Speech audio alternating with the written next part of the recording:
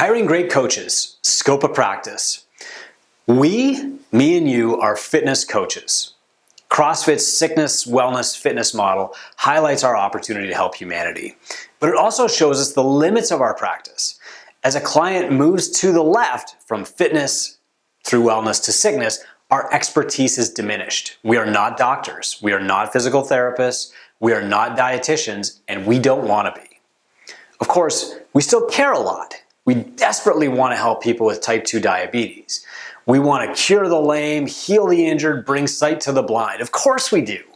But the best way to help is to partner with true experts, not to replace them. The missing piece of the sickness, wellness, fitness model. The real far left side of the sickness, wellness, fitness continuum is death. But the relationship between fitness, sickness, and death isn't linear. Very fit people still die. Very fit people still get injured. And well people still get sick. Now, Greg Glassman, who created the sickness, wellness, fitness continuum, said this: physicians are lifeguards. Trainers are swim coaches. When you need a lifeguard, not a swim coach. But if you need a lifeguard, you probably needed a swim coach and didn't get one. We, the swim coaches of health, applaud that message. But that doesn't mean lifeguards are bad. And it really doesn't mean that we're the lifeguards. In some markets, micro gyms, high intensity interval training gyms have a bad image for a good reason. I mean, you've heard this one, right? CrossFit has been a huge gift to my surgical practice. That's an urban legend, but it sums up the reason many coaches don't trust therapists or doctors. The current medical model is full of problems. Treating symptoms instead of causes, over-medicating, treating people only when they're really sick, when it's almost too late.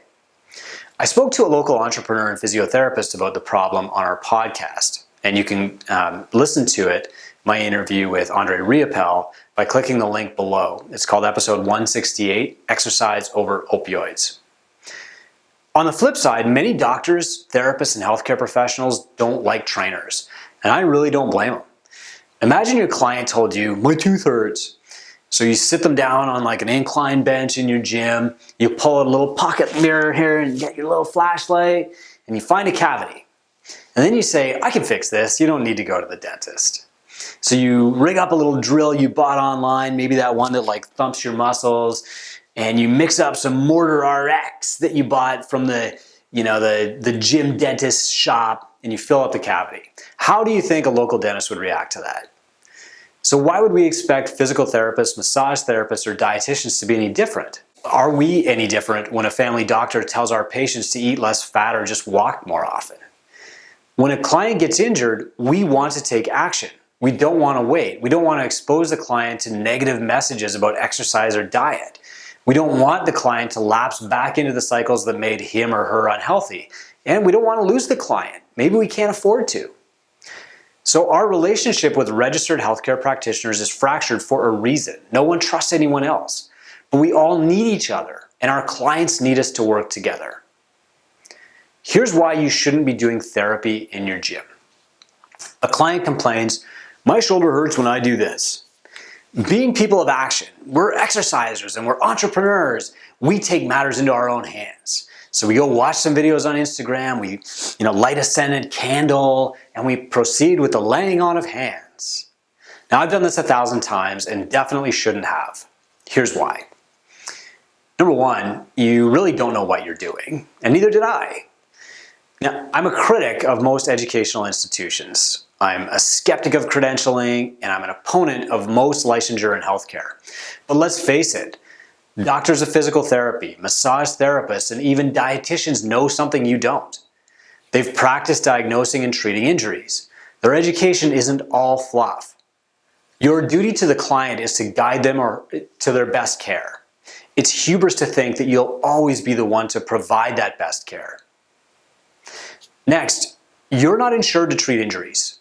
So what happens if you misdiagnose? What if you miss something? What if you make the problem worse? Will the client miss work because of you or suffer because of you? Will he or she sue you because of that? And then what?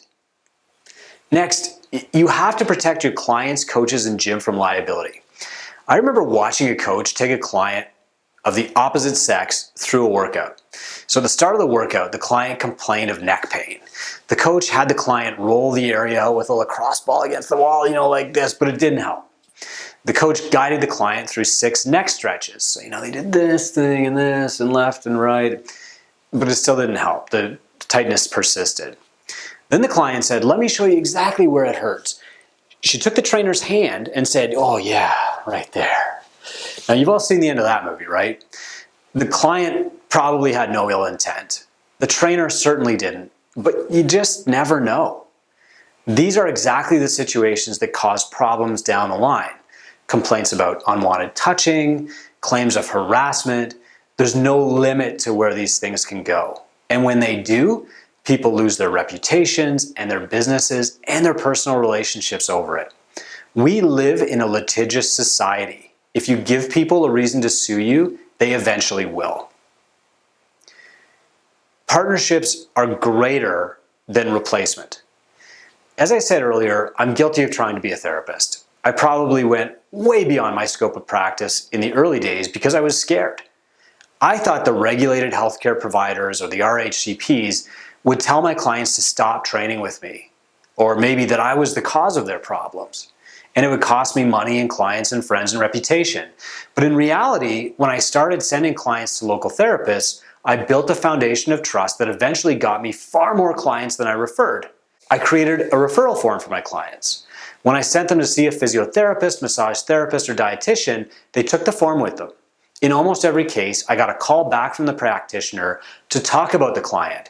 And when that happened, I always got the client back. Josh Martin, my co-founder of Two Brain Coaching, works with exos specialists when his clients need rehab.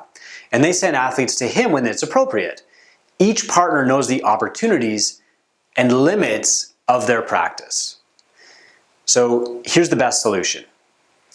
I could say that the best way to make sure your clients don't need rehab is to just stop hurting people. You've probably heard that one before too, and we all know that's just glib. Many new clients are on the borderline of sickness, on the sickness, wellness, fitness continuum. And if we accept them into our care, we have to take them as they are. They might have existing problems that we can't see, or they might be overdue for an overuse injury, or predisposed to one. The best solution in any case is to build a network of trusted healthcare professionals. Then prove that you are a professional by referring your clients to them instead of trying to do their jobs.